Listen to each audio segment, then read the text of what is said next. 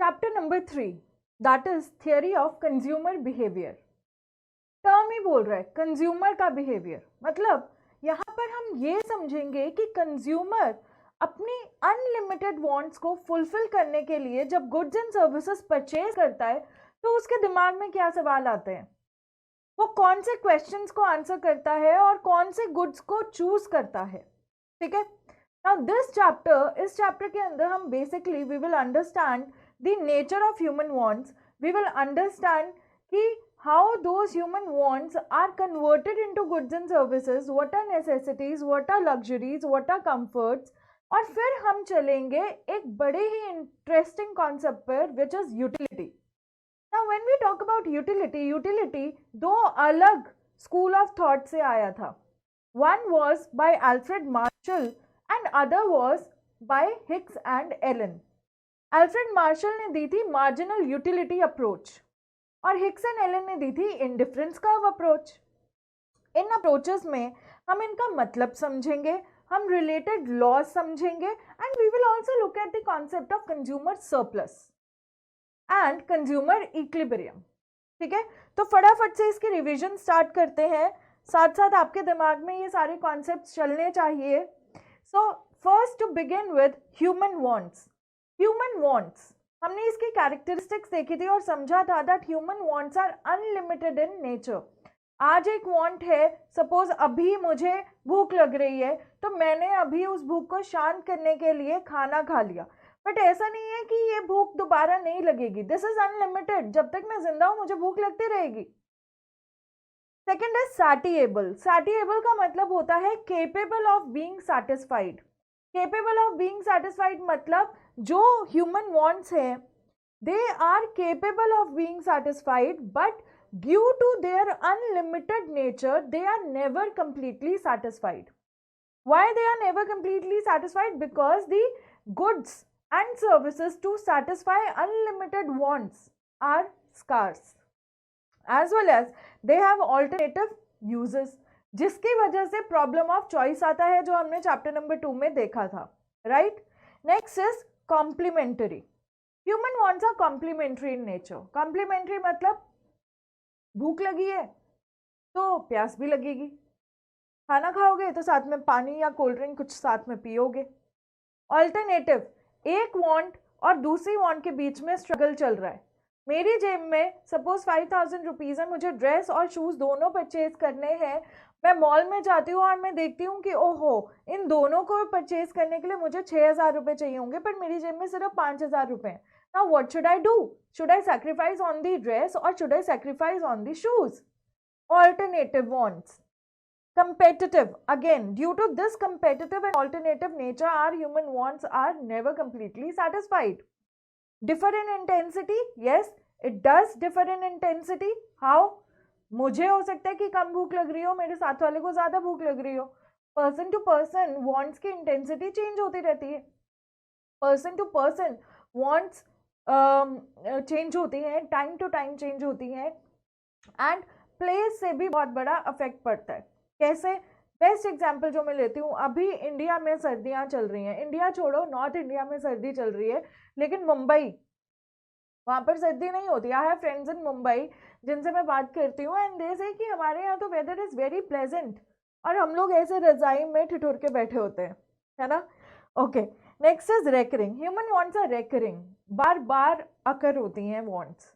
ठीक है, so now these human wants they are fulfilled by limited goods and services which are capable of satisfying these wants. Now when we talk about the term goods and services, जब हम यहाँ पर goods and services की बात कर रहे हैं तो हम बात कर रहे हैं about the want satisfying power of this good and service। हम उसकी यूजफुलनेस की बात नहीं कर रहे, हम ये कह रहे हैं कि इसकी कैपेबिलिटी क्या है, क्या ये मेरी वांट को सेटिस्फाई कर सकता है, चाहे ये यूजफुल हो या ना हो। ठीक है, इट मे और may not be useful, but at the same point of time if it has the capability to satisfy your wants it has utility. Now हमने इन गुड्स एंड सर्विसेज को इकोनॉमिक्स के अंदर 3 कैटेगरीज में divide किया, necessities, comforts, luxuries. Necessity का मतलब क्या होता है? बहुत जरूरी, कोई ऐसी वांट, कोई ऐसी डिजायर जिसके बिना तुम, जिसको सेटिस्फाई किए बिना तुम मर जाओगे। या आज के डेट में गर्लफ्रेंड, बॉयफ्रेंड, ये सारी चीजें भी बहुत ज्यादा नेसेसिटी बन गई है। लेकिन एक मिनट के लिए सोच के देखो, हवा, पानी, खाना, मर जाओगे, basic necessities, right? Now, necessity has been divided into three categories. One is necessity for life, another is necessity for efficiency, and third is conventional necessities. Necessity for life होता है जिसके बिना हम जिंदा नहीं रह सकते। Necessity for efficiency होता है जो हमें काम करने की क्षमता देता है, लाइक जिंदा नहीं रह सकते खाने के बिना, लेकिन एफिशिएंट रहने के लिए, प्रोडक्टिव रहने के लिए हमें क्या चाहिए होगा? Nutritious food. Similarly conventional necessity, जैसे वो चीजें जो मेरी आदत से बनती हैं। Say for example I am habitual of drinking coffee every day, तो मेरी सुबह बिना कॉफी के नहीं होती, so that is my conventional necessity. Second category is of comforts. Now when we talk about comforts, हम बात करते हैं कि वो चीजें जो हमारी लाइफ को इजी बनाती हैं, जो हमारी लाइफ को स्मूथ बनाती हैं। They are not necessities of life, but yes, they help us to lead a better life. And the third category is luxury. Luxury मतलब expensive wants, मतलब वो wants जो आपकी जिंदगी को बहुत ज्यादा स्मूथ भी नहीं बना रही, लेकिन आपको एक साइकोलॉजिकल बेनिफिट प्रोवाइड कर रही है। क्या बेनिफिट प्रोवाइड कर रही है साइकोलॉजिकल? आपको सोसाइटी के अंदर बेटर स्टेटस प्रोवाइड कर रही है, जिससे आपका you can say your psychological phenomena और क्वेश्चन इज फुलफिल्ड। ठीक है, so this was about your human wants. Now if I have to move ahead, we will look at the concept of utility. Concept of utility ये कहता है कि want satisfying power होनी चाहिए किसी भी कमोडिटी के अंदर। We are not equating it with the term usefulness. Usefulness and utility are two different concepts. Economics में हम usefulness को ignore करते हैं और utility के ऊपर बैंक करते हैं। Utility, जैसे कि मैंने आपको पहले भी बताया, दो स्कूल ऑफ थॉट से आई। One was propounded by Mr. Marshall and another was propounded by Hicks and Allen. Mister Marshall, mister Alfred Marshall ने ये कहा था कि जो यूटिलिटी है that is cardinal in nature, which means हम इस यूटिलिटी को मेजर कर सकते हैं in numbers, whereas Hicks and Allen ने कहा था कि ऐसा नहीं है, utility cannot be measured in numbers, in fact it can only be ranked, therefore it is ordinal. अपने अपने टाइम पर ये दोनों बहुत ज्यादा सक्सेसफुल हुए। अल्फ्रेड मार्शल ने हमें फॉर्मूला दिया कि हम कैसे यूटिलिटी को नंबर में कन्वर्ट कर सकते हैं। हिक्स एंड एलन ने हमें प्रैक्टिकल अप्रोच सिखाई और उन्होंने हमें ये सवाल पूछने पे मजबूर कर दिया कि जब हम पिज्ज़ा खाते हैं और गार्लिक ब्रेड खाते हैं तो दोनों में से किसमें से ज़्यादा सेटिस्फेक्शन मिलती है? क्या हम उसे नंबर में मेजर करके बता सकते हैं? Ask yourself. We can never tell in form of numbers. हम ये नहीं बोल सकते कि पिज्जा खाकर मुझे 40 यूटिल्स की यूटिलिटी मिली और गार्लिक ब्रेड खाकर 35 यूटिल्स की यूटिलिटी मिली। We cannot say that, right? Ask yourself, can you tell this? You can't. क्योंकि ह्यूमन बीइंग्स जब भी एक टाइम पर एक से ज़्यादा चीज़ों को कंज्यूम करते हैं तो वो हमेशा उसे रैंक कर सकते हैं कि मेरी सबसे ज़्यादा फेवरेट चीज़ ये है, उसके बाद ये आती है, लेकिन वो नंबर में कभी नहीं बता सकते कि मुझे क्या ज़्यादा सेटिस्फेक्शन दे रहा है और क्या नहीं। और इसी कॉन्सेप्ट को हिक्स एंड एलन ने इंडिफरेंस कर्व अप्रोच का नाम दिया था, जिसे हम अभी देखेंगे।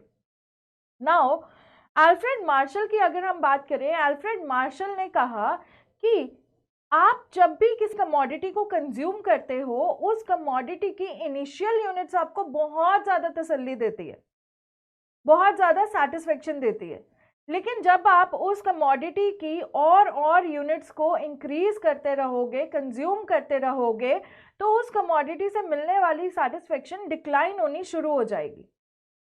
इसकी बहुत सारी रीजंस भी दी अल्फ्रेड मार्शल ने, लेकिन मेजरली उन्होंने law of diminishing marginal utility के नाम से जब हम जानते हैं, हम कहते हैं कि as we consume more and more units of a commodity, the marginal utility derived from every additional unit of that commodity tends to decline. यहां पर मैंने दो टर्म्स यूज किए, एक टर्म यूज किया मार्जिनल यूटिलिटी और दूसरा टर्म मैंने यूज किया एडिशनल यूनिट्स.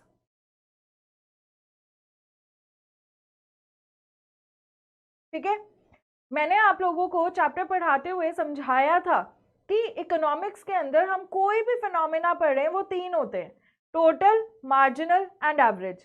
याद आ रहा है?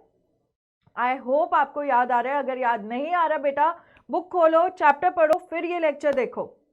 तो coming back, anything which is total is sum total, anything which is marginal is additional and anything which is average is per unit, है ना. और अल्फ्रेड मार्शल ने कहा कि जब आप एक कमोडिटी, हम पिज्जा ही ले लेते हैं, पिज्जा सपोज करो हम मीडियम साइज का खा रहे हैं जिसके अंदर 6 स्लाइसेस होते हैं, तो अल्फ्रेड मार्शल कह रहे हैं कि अगर आप फर्स्ट स्लाइस पिज्जा को खाओगे आपको बहुत ज्यादा खुशी मिलेगी, लेकिन जब आप सेकेंड स्लाइस खाओगे ना तो आपको टोटालिटी में तो खुशी ज्यादा ही मिलेगी, लेकिन एडिशनली एक स्लाइस एडिशनल खाकर जो एडिशनल खुशी मिलेगी वो थोड़ी कम होगी. सिमिलरली जब आप थर्ड स्लाइस खाओगे तो थर्ड स्लाइस से मिलने वाली खुशी कम होगी, फोर्थ से मिलने वाली कम होएगी, फिफ्थ से कम होएगी, और एक पॉइंट ऐसा आएगा when you will feel like throwing up, you will say I can not eat any more, right. So this is what is about cardinal utility. It says that the marginal utility tends to decline. ठीक है, और इस phenomena के लिए Alfred Marshall ने कुछ assumptions ली थी. चलो let's look at our notes. क्या assumptions ली थी? Let's look at that. Alfred Marshall ने कहा था कि अगर आप मेरी एनालिसिस से चलोगे तो आपको ये मानना पड़ेगा, you will have to assume. What will you have to assume? You will have to assume that the consumer is rational. सबसे पहली assumption ये है that the consumer in this case is rational.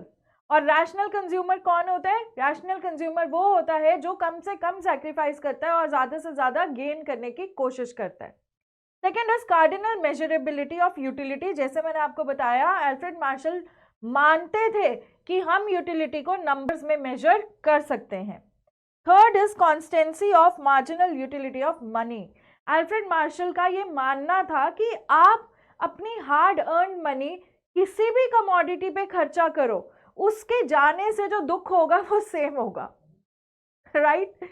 सी, जब हम कोई कमोडिटी खरीदते हैं तो हम उसके बदले कुछ देते भी हैं ना, और क्या देते हैं? हम देते हैं पैसा, जो सबसे ज्यादा हमें अजीज होता है, सबसे ज्यादा प्यारा होता है. So ultimately, if I have to buy this calculator, I'll have to pay money for this, right? This is something which I am gaining. और जो पैसा मैं इसे खरीदने के लिए पे कर रही हूँ, that is something which I am sacrificing, right? As rational consumer मैं चाहूँगी कम से कम sacrifice करूँ और ज़्यादा से ज़्यादा गेन करूँ.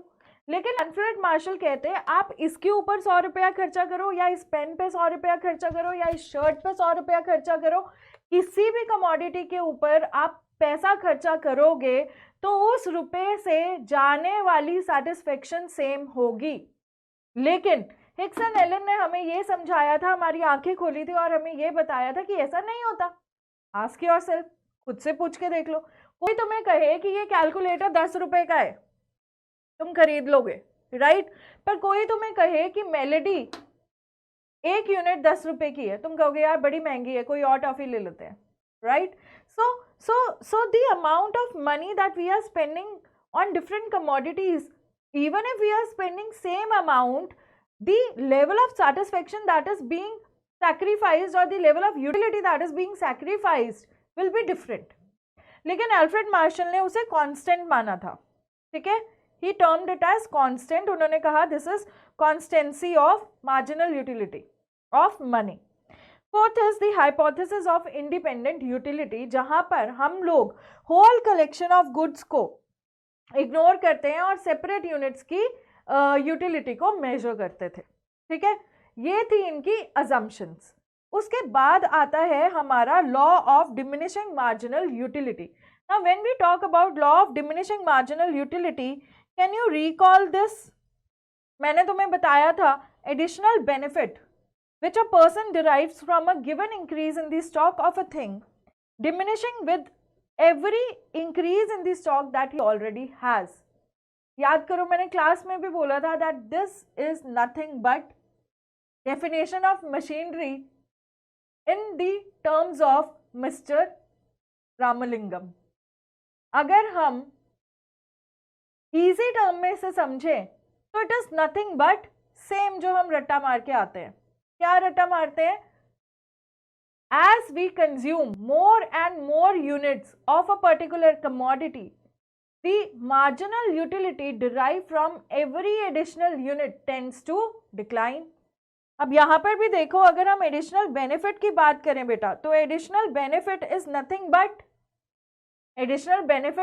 But marginal utility, right? It is marginal utility which we are deriving from given increase in the stock. Increase in the stock मतलब more and more consumption of that commodity. ठीक है, चलो. Now law of diminishing marginal utility हमें कुछ relationships बताता था. क्या relation बताता था? So when we talk about law of diminishing marginal utility, we look at this diagram. और अगर आप इस डायग्राम को एनालाइज करोगे तो इसमें क्या है? We are looking at two phenomena. One is total utility and another is marginal utility. X axis पर we have quantity and y axis पर वी हैव यूटिलिटीज. अगर हम इस डायग्राम का अपर सेगमेंट देखें तो वहां पर हम टोटल यूटिलिटी को डिस्कस कर रहे हैं, और अगर हम लोअर सेगमेंट देखें तो वहां पर हम मार्जिनल यूटिलिटी को डिस्कस करेंगे. आप मुझे खुद बताओ, आपने मुझे कहा था कि जब मैं फर्स्ट स्लाइस ऑफ पिज्जा खाता हूं तो मुझे सबसे ज्यादा सेटिस्फेक्शन मिलती है.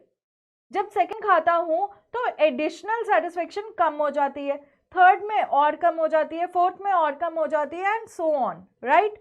तो क्या हम इससे ये बोल सकते हैं कि जो मार्जिनल यूटिलिटी है that will begin from the highest point and it will keep on declining till the time it become zero and negative, right? On the other hand अगर हम टोटल यूटिलिटी की बात करें तो आप मुझे बताओ total utility will always increase, क्योंकि total utility is nothing but summation of marginal utility. तो total utility will always increase, but total utility तब तक इंक्रीज करती है जब तक आपका मार्जिनल यूटिलिटी पॉजिटिव होता है. आई am repeating it again. Total utility तब तक इंक्रीज करती है जब तक मार्जिनल यूटिलिटी पॉजिटिव है. जिस पॉइंट पर मार्जिनल यूटिलिटी नेगेटिव हो जाएगा आपका टोटल यूटिलिटी डिक्लाइन कर जाएगा. क्यों? याद करो, क्योंकि टोटल यूटिलिटी का स्लोप क्या होता था? Marginal utility. Since marginal utility is the rate of change in total utility, हम लोग रिवाइज कर रहे हैं. I am sure that you people are speaking it out along with me. Total utility का slope है marginal utility, which means rate of change in the total utility. तो अगर marginal utility zero हो जाएगा, total utility will become constant and it will be maximum. Marginal utility अगर negative हो जाएगा total utility will decline. अगर याद नहीं आ रहा, go back to the lecture, listen to it in detail. So what happens, what is the relationship? The relationship is total utility increase धीरे धीरे till the time marginal utility is positive and declining. जैसे ही marginal utility become zero, total utility is maximum and constant, और जब marginal utility is negative total utility tends to decline. लेकिन मेरा आप लोगों से सवाल ये है कि क्या टोटल यूटिलिटी जीरो होती है? नो, टीयू कभी जीरो नहीं होगा, क्योंकि जैसे ही टोटल यूटिलिटी डिक्लाइन करेगी और ज़्यादा पिज्ज़ा खा के नेगेटिव यूटिलिटी मिलेगी, हम वहीं पर consumption of that commodity stop कर देंगे. We will not consume it any further. ठीक है? So this is about your utility concept. अब अगर मुझे आपसे बात करनी है इक्विलिब्रियम की, तो आप मुझे बताओ मार्जिनल यूटिलिटी अप्रोच में हम लोग कंज्यूमर इक्विलिब्रियम पर कब आते हैं? मार्जिनल यूटिलिटी अप्रोच में जैसे मैं कार्डिनल यूटिलिटी या मार्शेलियन यूटिलिटी भी कहते हैं, तो इस अप्रोच में इक्विलिब्रियम पे आने का एक ही रास्ता है। वो रास्ता ये कहता है कि जो आपकी जेब से जा रहा है और जो आपकी जेब में आ रहा है, अगर ये दोनों चीजें इक्वल हो जाएं तो you will be happy, you will be satisfied, you will be at equilibrium. Why? क्योंकि आई विल बी सेटिस्फाइड कि चलो जो चीज जितनी यूटिलिटी मेरी जेब से सैक्रिफाइस हुई उतनी यूटिलिटी मेरी पॉकेट में आ गई। The rate of sacrifice is equal to the rate of gain. अब अगर हम इसे थोड़ा सा प्रोफेशनली देखें और टेक्निकली देखें तो बेटा मुझे ये बताओ कि जो आपकी जेब से जा रहा है वो क्या है? पैसा। तो जो यूटिलिटी आप सैक्रिफाइस कर रहे हो वो क्या है? Nothing but utility derived from money, right? और आपकी जेब में क्या आया? आपकी जेब में आई कमोडिटी। मतलब utility derive from consumption of the commodity is something which you are gaining. So nothing but marginal utility of money should be equal to marginal utility derived from the commodity, right? अब इसका mathematical formula क्या है? Simple, MUX upon PX equal to MUM is the point of equilibrium for the consumer। क्योंकि हम theory of consumer पढ़ रहे हैं, it is the point of equilibrium for the consumer। I will spend some time discussing this topic, revising this topic in detail with you people because this is an important thing। So if I have to discuss, हमने ये कहा कि when marginal utility from money which is our sacrifice is equal to marginal utility from commodity which is what we gain, तो हम equilibrium पर आते हैं, right? अब marginal utility of money and marginal utility of commodity, इन दोनों का अगर डिसइक्विलिब्रियम हो तो क्या करोगे आप? डिसइक्विलिब्रियम मतलब what if this is not equal, what if this equation is not equal, what will you do? Okay, let's look at it. अगर मैं जितना सैक्रिफाइस कर रही हूं that is more than what I am gaining, so tell me one thing, will you buy more of that commodity or will you buy less of that commodity? You will buy less of that commodity। यहां पर आप consumption reduce कर दोगे। Similarly, if it is vice versa, you are sacrificing less but gaining more, you will consume more।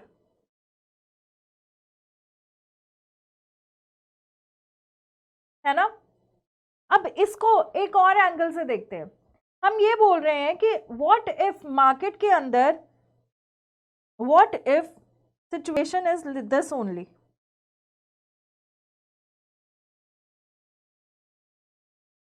Situation ये है, अब market के अंदर अगर इस कमोडिटी का दाम बढ़ जाए या चेंज हो जाए, इफ दिस प्राइस चेंजेस, अगर दाम चेंज होगा तो नेचुरली ये पूरा फ्रैक्शन चेंज हो जाएगा।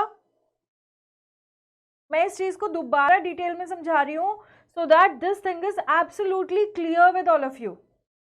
अगर प्राइस चेंज होगा फ्रैक्शन चेंज हो जाएगा, मतलब गेन चेंज हो जाएगा।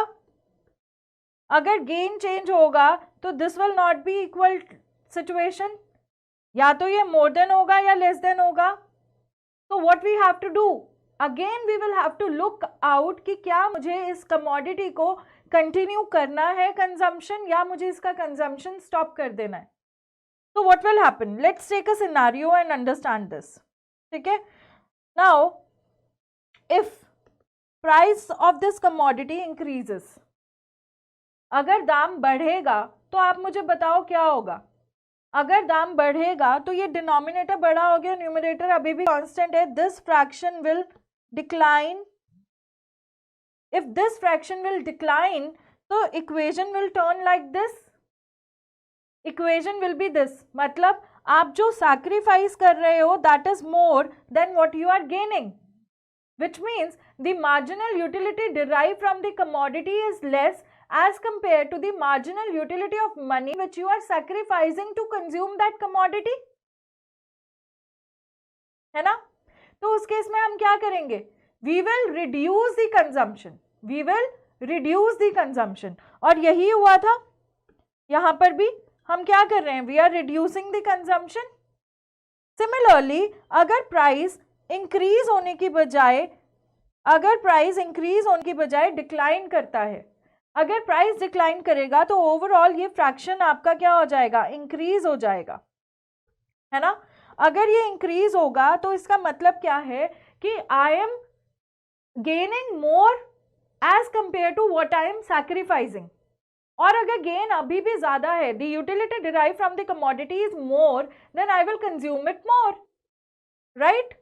So this is the entire phenomena behind Alfred Marshall's theory of utility analysis.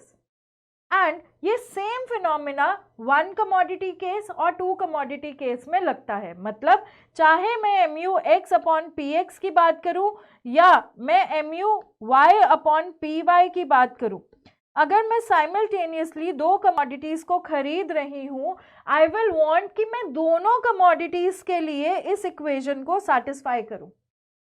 दोनों केसेस के अंदर मुझे marginal utility from money which I am sacrificing should be less और equal, in fact I must say equal not less, should be equal to the marginal utility derived from commodity X as well as from commodity Y if I want to be in equilibrium in these two commodity cases.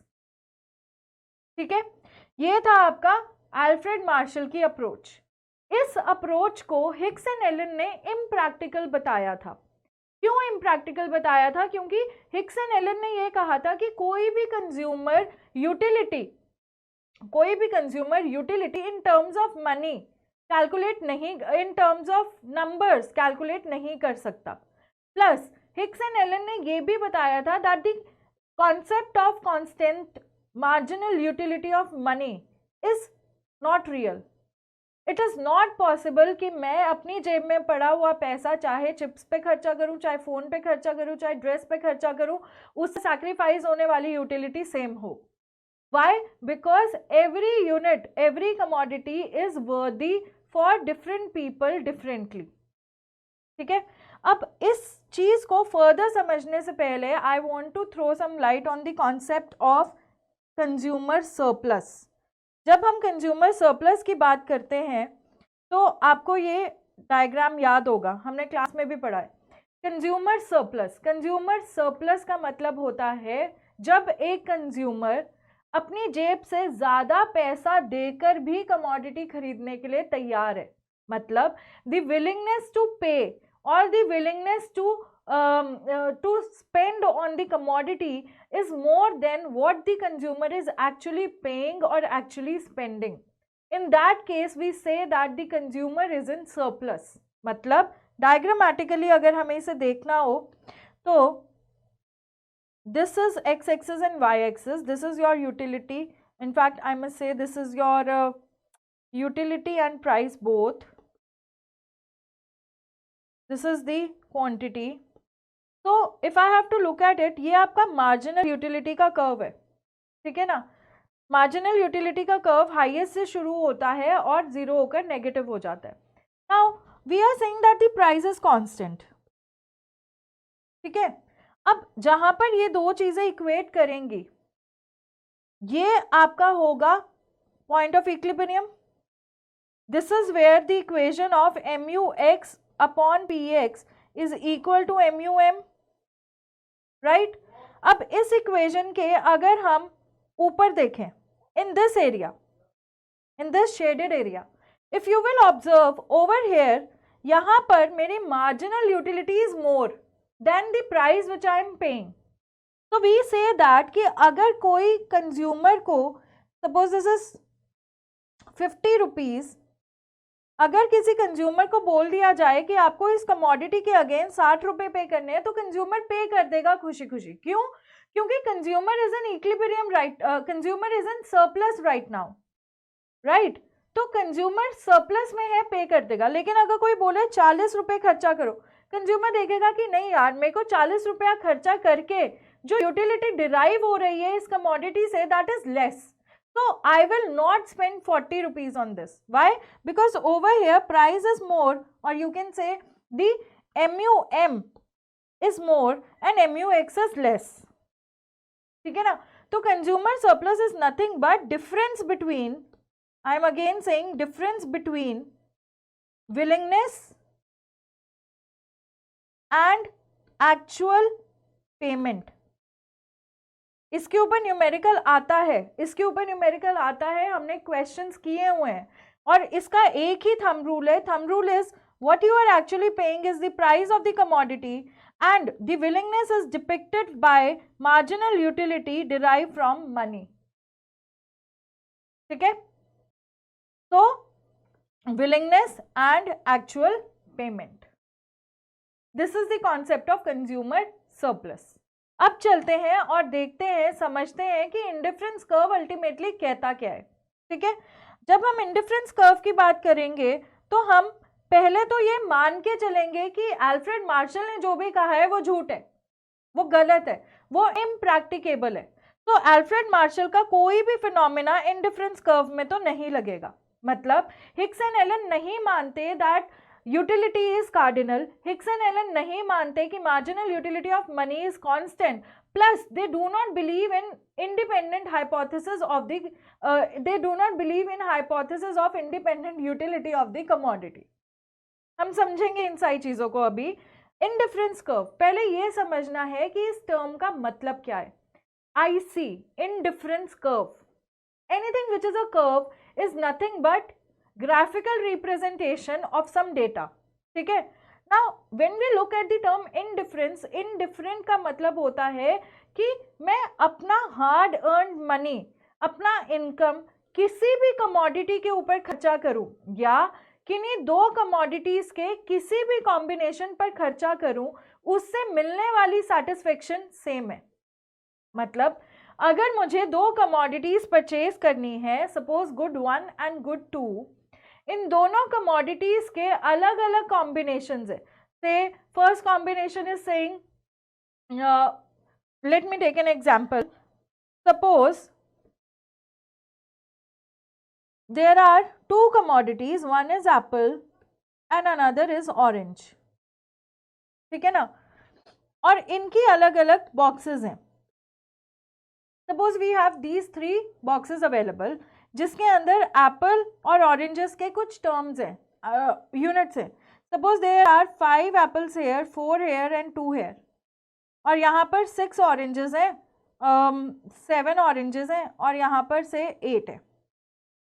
ठीक है, तो Hicks and Elon ये बोलते हैं कि अगर consumer इस basket को खरीदे या इस बास्केट को खरीदे या इस बास्केट को खरीदे, तीनों में से किसी भी बास्केट के ऊपर पैसा खर्चा करने से, तीनों में से किसी के भी ऊपर पैसा खर्चा करने से अगर कंज्यूमर को सेम लेवल ऑफ सेटिस्फेक्शन मिल रही है, तो हम कहेंगे that the consumer is indifferent amongst these 3 combinations.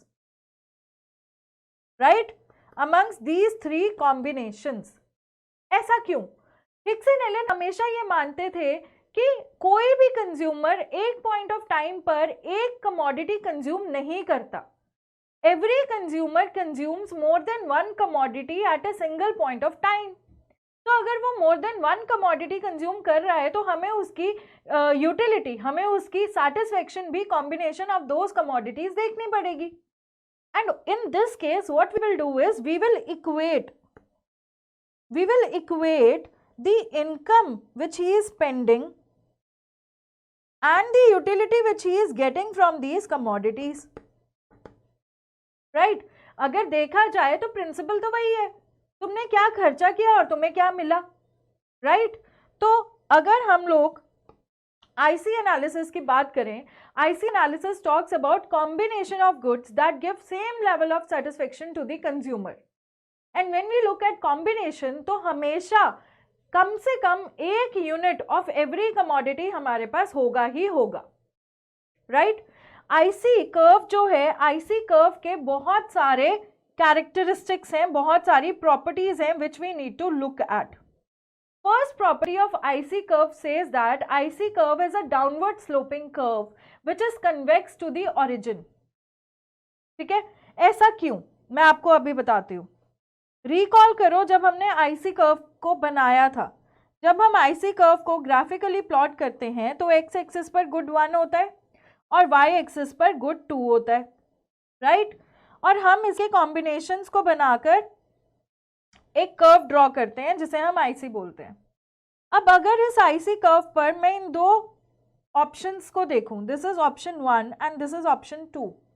Option 1 में अगर मैं देखूं, good 2 is more as compare to good 1, and option B में अगर हम देखें तो they are almost equal. Option C में अगर देखें, good 1 is more as compare to good 2. मतलब क्या हुआ, मतलब ये हुआ कि जब मैं A से B पर जा रही हूँ और B से C पर जा रही हूँ तो मैं एक कमोडिटी को दूसरी कमोडिटी के साथ सब्स्टिट्यूट कर रही हूँ. अगर आप यहाँ देखो, suppose this is apple and suppose this is orange, ठीक है ना. यहाँ पर आप 5 ऑरेंजेस कंज्यूम कर रहे हो और 1 एप्पल कंज्यूम कर रहे हो. यहाँ आप से this is 3 and 3, over here this is 5 and 1. ठीक है, ये हमारे नंबर्स हैं.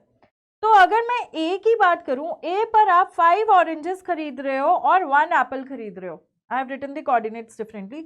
1 एप्पल एंड 5 ऑरेंजेस आप खरीद रहे हो. B पर आप 3,3 पर हो और C पर आप 5,1 पर आ गए हो. मैथ्स तो पढ़ी है, you can write down the coordinates. अब अगर यहाँ पर देखें हम तो आप ऑब्जर्व करो, you are sacrificing apples, sorry, you are sacrificing oranges in order to consume more apples, in order to consume more apples, right. इसे हम कहते हैं technically marginal rate of substitution, MRS, marginal rate of substitution. ये जो marginal rate of substitution है, this is the slope of IC. याद आ रहा है ना, this is the slope of IC. और ये हर पॉइंट पर डिक्लाइन करता है. क्यों डिक्लाइन करता है, याद करो हमने कहा था कि जैसे ही तुम एप्पल्स को इंक्रीज करोगे उससे मिलने वाली सेटिस्फेक्शन डिक्रीज हो जाएगी. Law of diminishing marginal utility will come into play. और जैसे ही तुम ऑरेंजेस को डिक्रीज करोगे उससे मिलने वाली सेटिस्फेक्शन इंक्रीज हो जाएगी.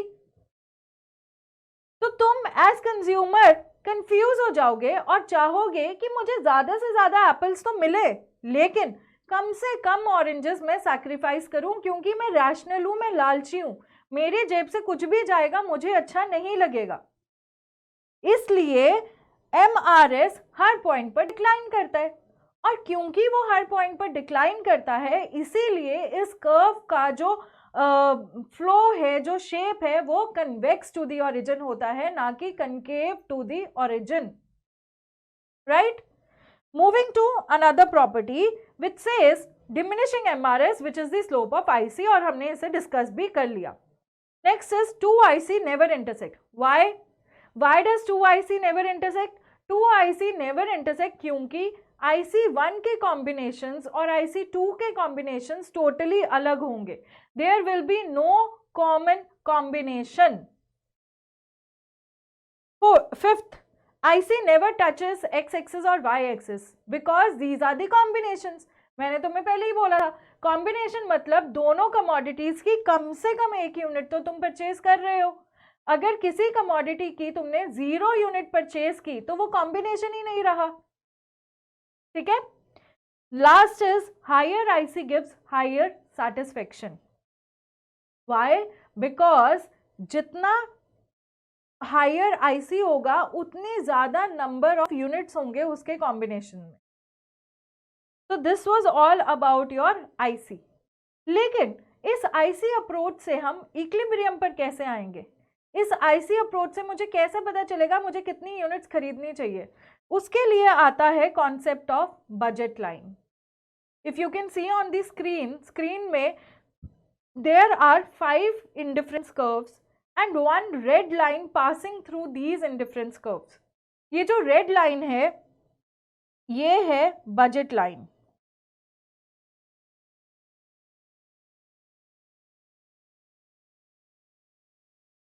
ये जो red line है this is the budget line.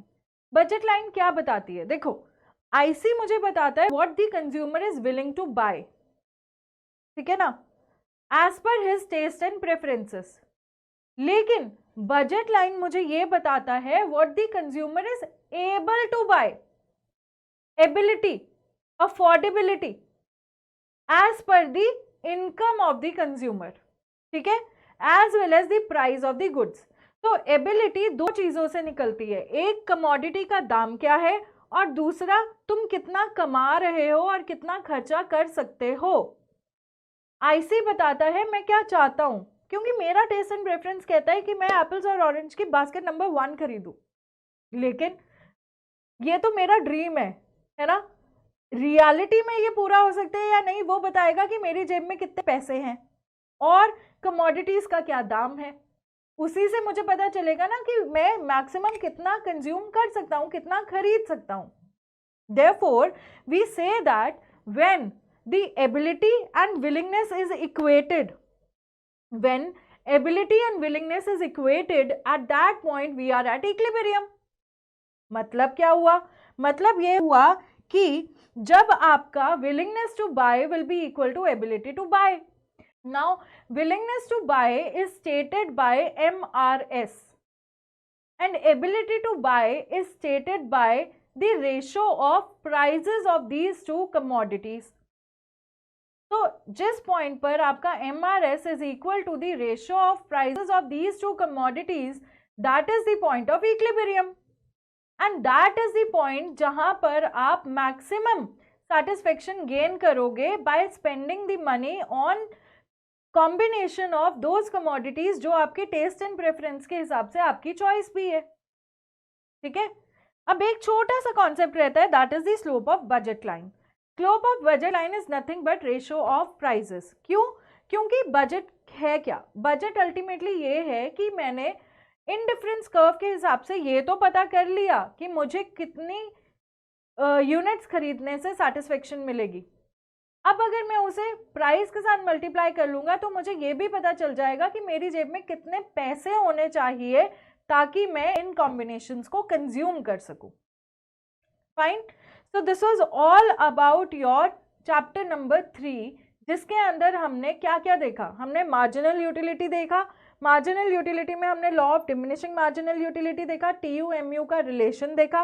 We also looked at the concept of consumer surplus. We also looked at the concept of consumer equilibrium under marginal utility.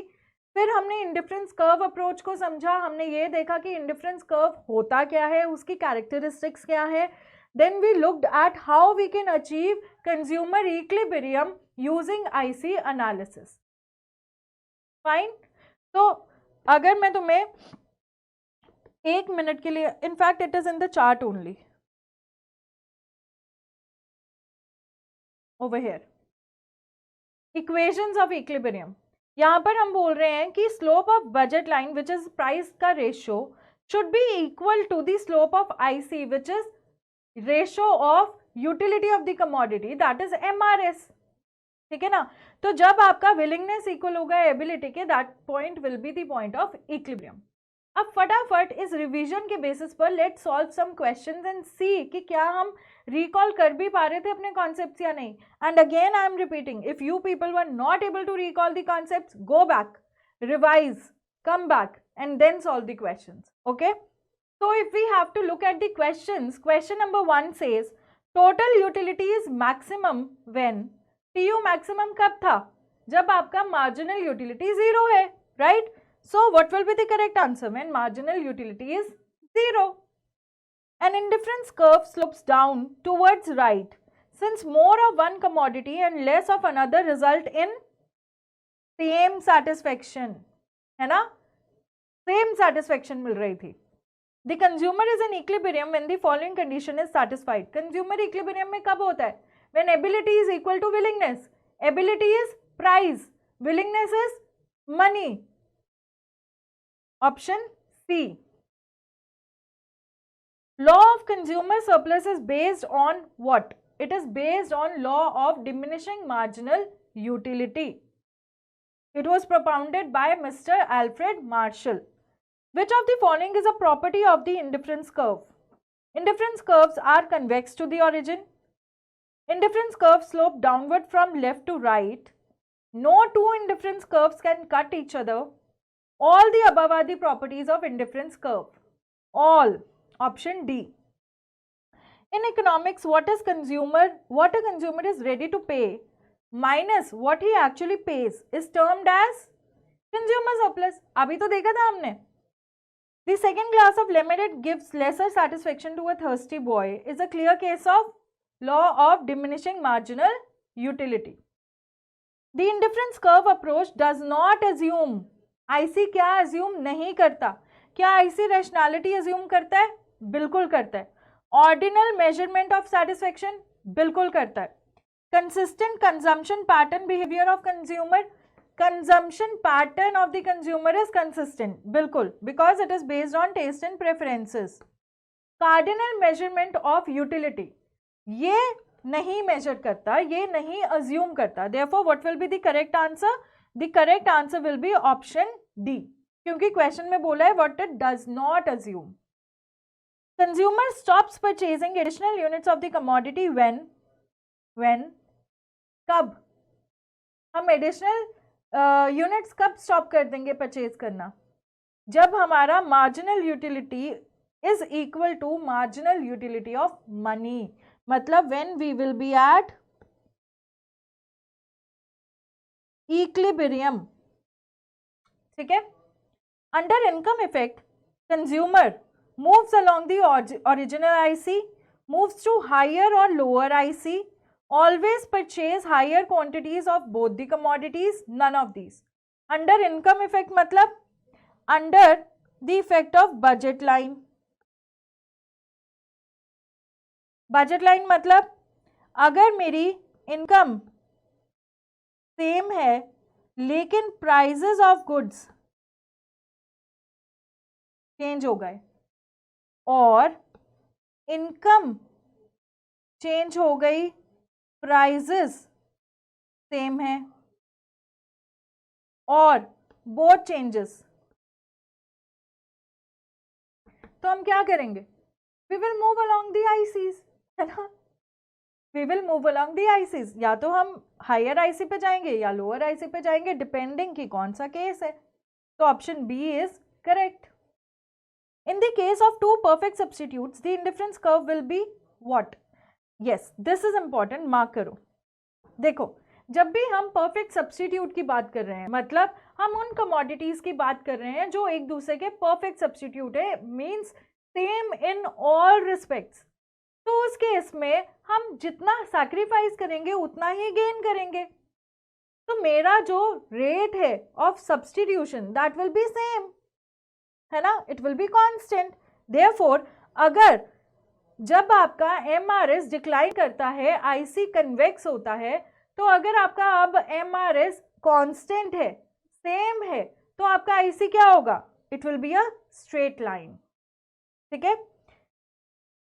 L shape कब होता है? L shape होता है complementary goods के case में. Complementary goods के case में क्या होता है? कॉम्प्लीमेंट्री गुड्स के केस में एग्जाम्पल मैंने आपको क्लास में दिया था ऑफ शूज, है ना. अगर मैं राइट फुट का शू खरीद रही हूं तो मैं इसके साथ साथ लेफ्ट फुट का शू भी खरीदूंगी. तो यहाँ पर मैं एक को दूसरे के साथ सब्स्टिट्यूट नहीं कर रही, I am buying it together. इसीलिए यहाँ पर जो मेरा आईसी होता है वो एल शेप्ड होता है. जितनी यूनिट से मेरा गुड 2 इंक्रीज करेगा उतनी यूनिट से मेरा गुड 1 भी इंक्रीज करेगा. Therefore it will form L shaped curve. याद आ रहा है ना? चलो. Marginal utility approach of demand to demand was given by Alfred Marshall. In economics, what a consumer is ready to pay minus what he actually pays is known as consumer surplus. This was a repeated question. So basically ऐसे ही questions आते हैं आपको exam में और हमने इस चैप्टर के ऊपर बहुत सारे क्वेश्चन सॉल्व किए भी हुए हैं. You can always go back to your question video and look at them. I am sure you were able to recall the concepts of this chapter along with me. Now we will look at chapter number 4 and we will test ourselves कि हमें वो कितना याद है.